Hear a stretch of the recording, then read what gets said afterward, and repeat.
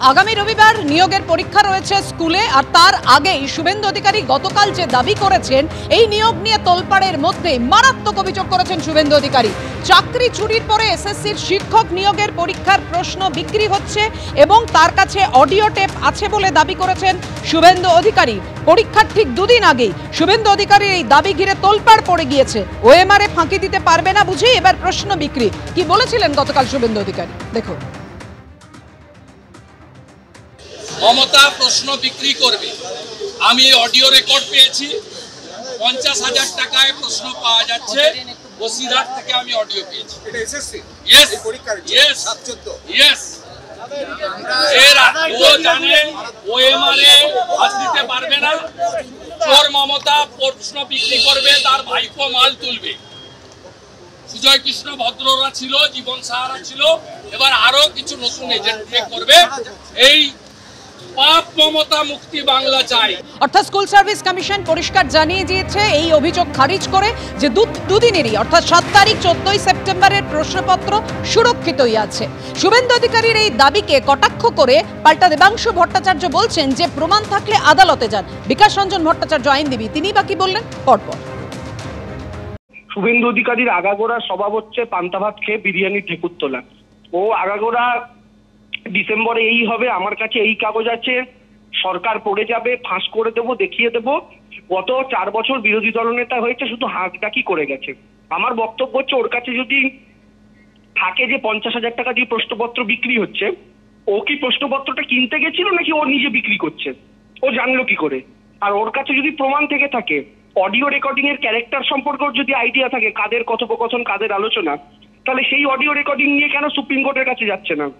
Supreme কোর্টের নির্দেশে তো এই পরীক্ষাটা হচ্ছে, কেন সেই অডিওটা প্রকাশ করছে না? প্রকাশ করুক, তার ক্যারেক্টার কারা সেটা দেখা যাক।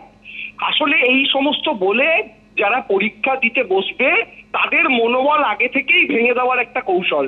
এরা আদালতে গিয়ে বিভিন্ন নিয়োগ প্রক্রিয়া আগে আটকেছে, এখন যারা পরীক্ষা দিতে বসবে তাদেরও যেন মনোবলটা আগাম ভেঙে দেওয়া যায়, সেই জন্যই এই সমস্ত জিনিস করছে। অভিযোগটা মারাত্মক অভিযোগ। এই অভিযোগের যদি সত্যতা থেকে থাকে তবে তার উচিত সমস্ত তথ্য প্রকাশ্যে নিয়ে আসা।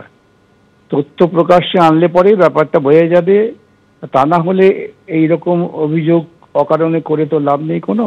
সমস্ত পরীক্ষার স্বচ্ছতার স্বার্থে এই তথ্য তিনি যা পেয়েছেন এটা প্রকাশ্যে নিয়ে আসা, তাহলেই বোঝা যাবে যে আগামী দিনে পরীক্ষাটা স্বচ্ছভাবে হচ্ছে না তা অস্বচ্ছতায় আবার নষ্ট হবে।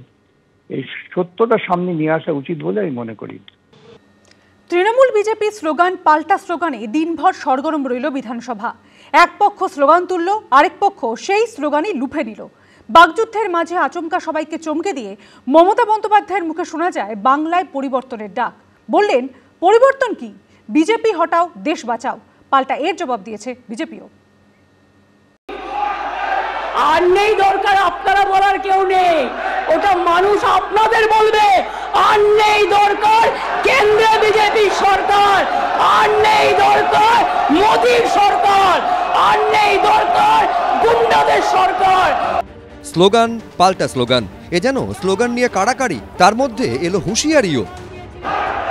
ফরেনার্স ট্রিব্যুনাল অ্যাক্টে স্যার এবার কিন্তু ওরা যখন বলবে, আমি বলে যাচ্ছি আমাদের বেঞ্চ কাউকে বলতে দেবে না, ওরা যখন বলবে আগে শান্ত হোক। বৃহস্পতিবার বিধানসভায় বারবার এক পক্ষ স্লোগান তুলল, আর এক পক্ষ সেই স্লোগানই লুফে নিল। একটা সময়ে তৃণমূল সরকারকে আক্রমণ করতে তালে তালে 1, 2, 3, 4 বলে স্লোগান দেন বিজেপি বিধায়কেরা। বিজেপির স্লোগানেই তাদের বিদ্ধ করেন মমতা বন্দ্যোপাধ্যায়। এই মোট বাংলা ভাষা মনে রাখবেন, 1, 2, 3, 4 বিজেপি সবচেয়ে বড় চোর, আজকে চোরেদের সর্দার। 1, 2, 3, 4 আগামী দিন হবে গোল, গোল খাবে গোল, মানুষের গোল। মুখ্যমন্ত্রীর বক্তব্যের মাঝে বারবার চোর স্লোগান তোলেন বিজেপি বিধায়কেরা। এরা প্রবঞ্চক, এরা মানুষকে মানুষের কথা বলতে দেয় না। কিন্তু বিজেপির স্লোগানকেই তাদের বিরুদ্ধে অস্ত্র করেন মুখ্যমন্ত্রী। Thank you so much. আপনারাই বলে দিলেন মোদি চোর গদি চোর, এটা আপনাদের মুখ দিয়ে শোভা পায় না, উনি আপনাদের নেতা। আমরা এখনো এই কথা বলতে সাহস পাইনি। আপনারা কখন কি বলছেন আর কখন কি করছেন সেটা নিজেরাই জানেন না।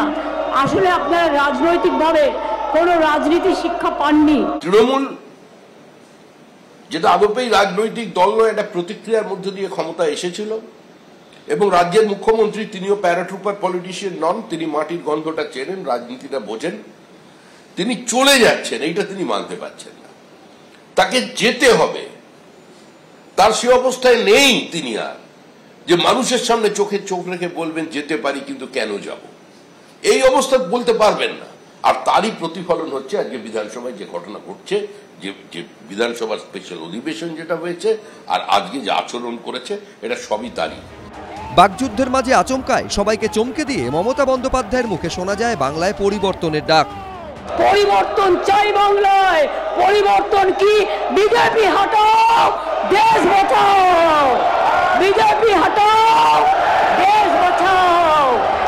কখনো আবার মুখ্যমন্ত্রীর মুখে শোনা যায় এই হুঁশিয়ারি, আর নেই দরকার, এখানে আমাদের লোকেরা ভরে যাবে, অন্য দলের লোকেরা ভরবে, কিন্তু বিজেপি নয়, বিজেপি নয়। আসলে এসআইআর যবে থেকে হওয়ার কথা বলা হয়েছে তবে থেকে এই তৃণমূল সরকার অত্যন্ত ভয় পেয়ে গেছে। পরিষ্কার বুঝতে পারছে যে বিহারে যদি 65 লাখ হয় তাহলে এখানে 2 থেকে 3 কোটি।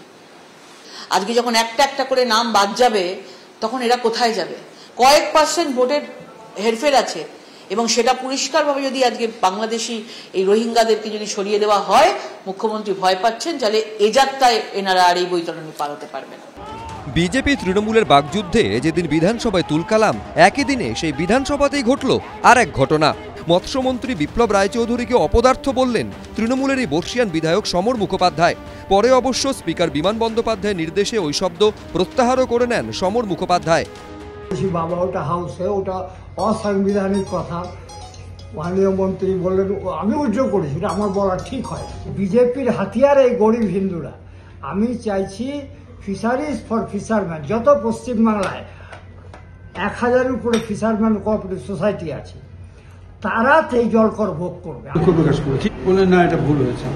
সব মিলিয়ে বৃহস্পতিবারের বিধানসভা একেবারে ঘটনাবহুল। আশাবুল হোসেন, উজ্জ্বল মুখোপাধ্যায়, বিজেন্দ্র সিংহ, এবিপি আনন্দ। আদিবাসীদের সংগঠনের সভায় গিয়ে বিক্ষোভের মুখে পড়লেন ঝাড়গ্রামের তৃণমূল সাংসদ কালীপদ সোরেন। দেখানো হলো কালো পতাকা। আমন্ত্রণ ছাড়াই তৃণমূল সাংসদ সেখানে গিয়েছিলেন বলে দাবি করা হয়েছে সংগঠনের তরফে।